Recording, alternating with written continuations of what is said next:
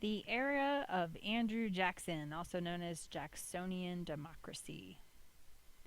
King Andrew stomping all over the Constitution. There are several visions of Jackson. Was he a hero of the common man and democracy, or was he just exerting and wielding excessive presidential power? And the other question we need to ask is, why did the two party system reemerge in the period of 1820 to 1840 after it had died? Well, first, you have really strong political personalities. John Quincy Adams, as opposed to Andrew Jackson, Henry Clay, John C. Calhoun. You also had pretty severe economic issues in the United States that were driving people to political extremes and factions.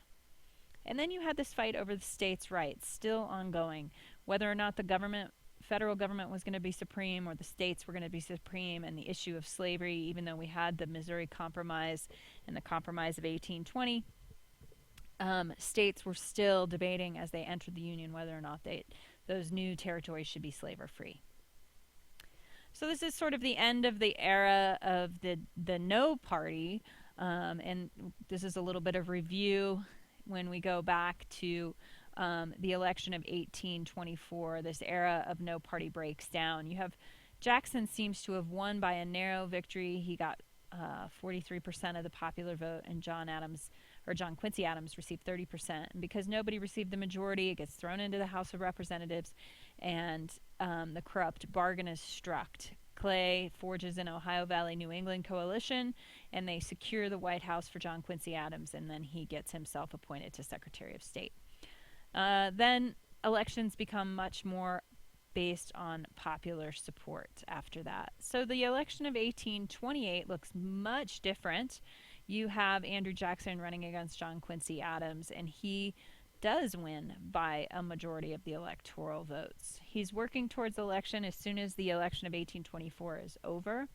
And Jacksonians actually started to use, at the time, a relatively new political technique, and it's sort of hyperbole, overstating a particular case, and they said that they started calling that corrupt bargain the corrupt bargain, and using that language to paint John Quincy Adams as being a political insider and political elite. This is very common today for politicians to use this technique of hyperbole or over exaggeration. Watch any political campaign ad and you will see it today. So you have the emergence then of the second party system in 1828. And you have the Democrats, who were the Democratic Republicans, and then you have the Whigs, and the Whigs were basically made up of anybody who opposed Andrew Jackson. And then you have this group of the Great Triumvirate, these three gentlemen, Henry Clay, John C. Calhoun, and Daniel Webster, who were opposed to Andrew Jackson and leading the Whigs at this time. So here's the second party system. You can see the Democrats really take shape in their modern form. Their leaders were Andrew Jackson, Martin Van Buren, and James Polk. They favored state and local power. They opposed privilege and monopoly. They wanted opportunities for the common man, and this was in their policies, wanting cheap land and western expansion for particularly white Southerners, and freedom from government interference. Their base were among the small farmers and small laborers and artisans. The Whigs, like I said, pretty much anybody that opposed Andrew Jackson, made up of the Great Triumvirate and John Quincy Adams. They favored national power, strong economic development with a government having a big hand in that, and social reform. They were usually people who were wealthy middle-class merchants, and some southern large planters, but mostly these people were from the New England and Mid-Atlantic region. So you have this mass democracy that is moving. This is our first big expansion of suffrage. Suffrage means the right to vote in American history. So when the Constitution was founded, really in most states the only people that can vote were white landowning males. So Andrew Jackson sort of spearheads an expansion of democracy during this time.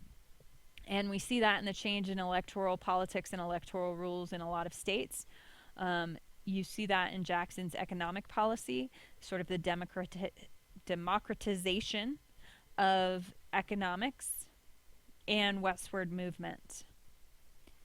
So first you see this expansion of political participation. In 1800, only one state didn't really have any, or three states rather, didn't have any qualifications, New Hampshire, Vermont, and Kentucky, for voting. You see a lot of states actually had property and or residency requirements. Some had tax-paying qualifications. You had to be a taxpayer, and others had both. So there wasn't a lot of universal male suffrage. So this happened between 1800 and 1830. And you can see the shift then by 1830 is that most people have no qualifications for voting, other than you had to be a citizen of the United States or a resident male, just so you know. So we saw an expansion of suffrage and the elimination of property requirements. Printed ballots. I know that sounds really silly, but that was a novel idea even into the 1830s. So printing ballots helped. Political conventions, narrowing down the field of candidates before the general election, and party caucuses, which is a meeting of party members to select candidates, led to more political participation and involvement at the local level.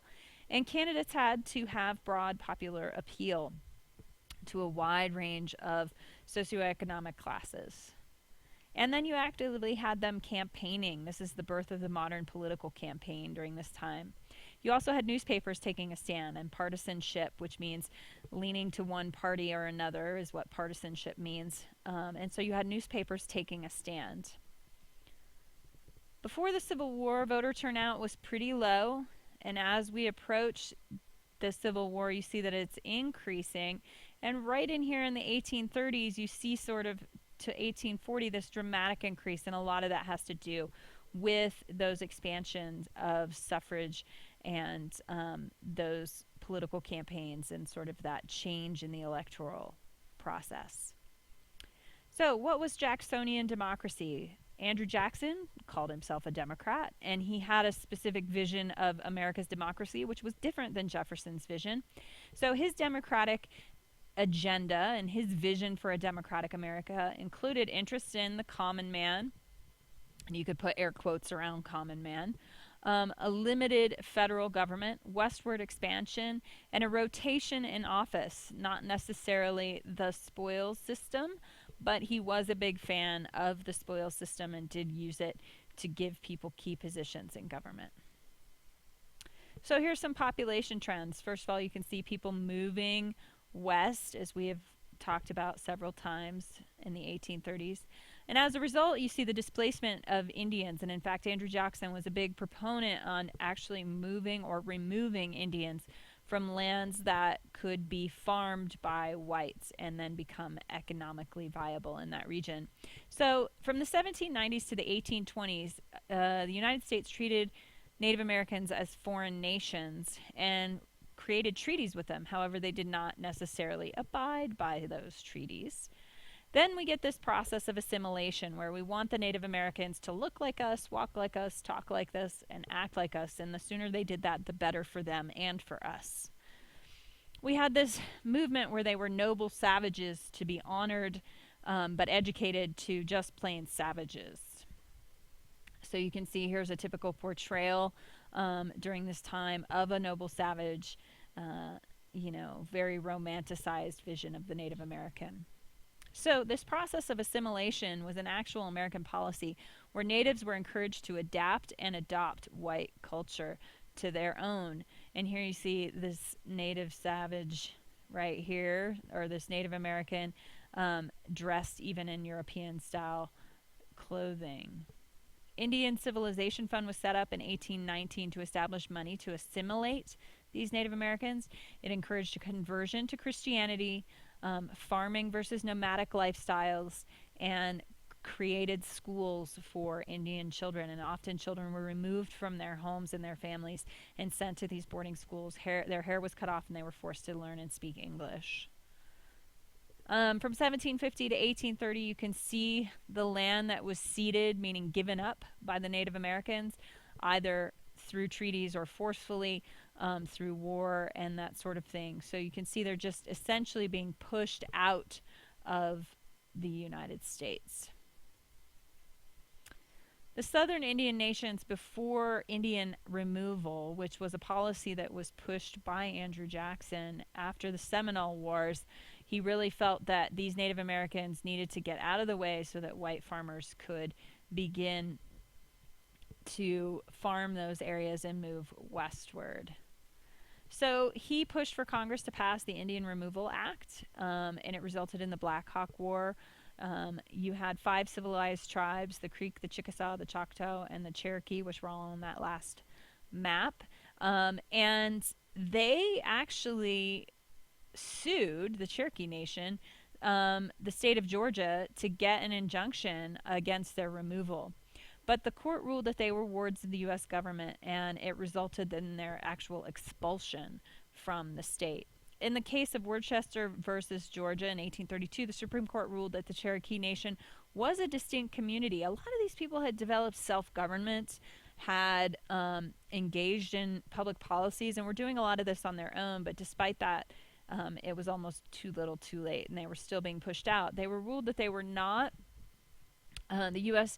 The tribes were not regulated as states, and that the U.S. couldn't interfere. But John Marshall has made his opinion. Now let him enforce it.